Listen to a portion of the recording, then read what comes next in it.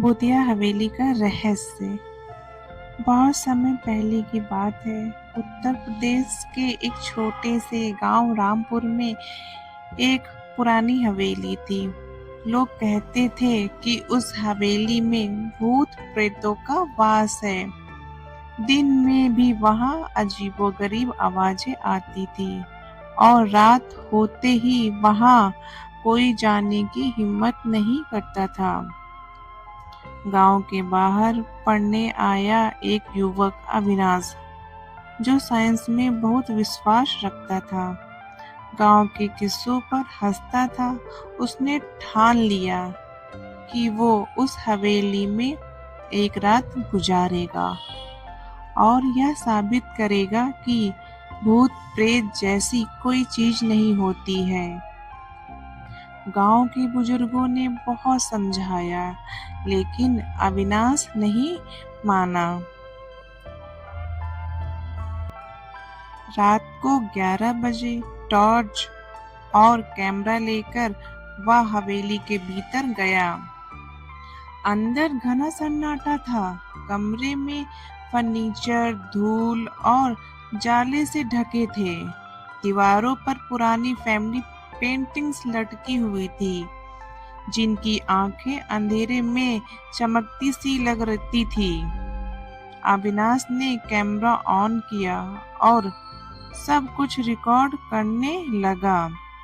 धीरे धीरे उसे ऐसा महसूस हुआ जैसे कोई उसके पीछे चल रहा हो।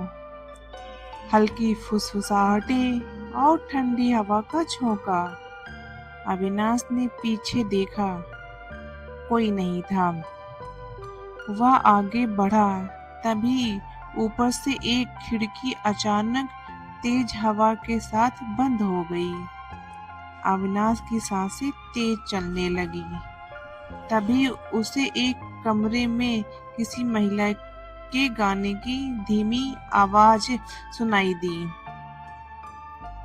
हिम्मत करके जब वह उस कमरे में गया तो देखा एक पुरानी साड़ी पहनी महिला शीशे के सामने खड़ी थी और बाल संवार रही थी, मगर उसका चेहरा शीशे में दिखाई नहीं दे रहा था। अविनाश के हाथ पैर कांपने लगे। उसने कैमरा उस महिला की ओर किया, लेकिन कैमरे में कुछ भी कैद नहीं हो रहा था। तभी महिला ने गर्दन घुमाई। उसकी आंखें पूरी तरह काली थी और चेहरा खून से सना हुआ था। अविनाश चीखता हुआ बाहर भागा, मगर दरवाजा अपने आप बंद हो गया। वह जोर जोर से खटखटाता रहा।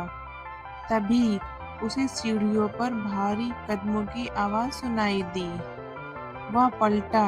एक बूढ़ा आदमी धीरे धीरे उतरता हुआ दिखाई दिया, जिसके गले में रस्सी का फंदा झूल रहा था। उसने धीमी आवाज में कहा, तुम यहाँ क्यों आए हो? इस हवेली में जिसने भी रात बिताई, जिंदा नहीं लौट पाया।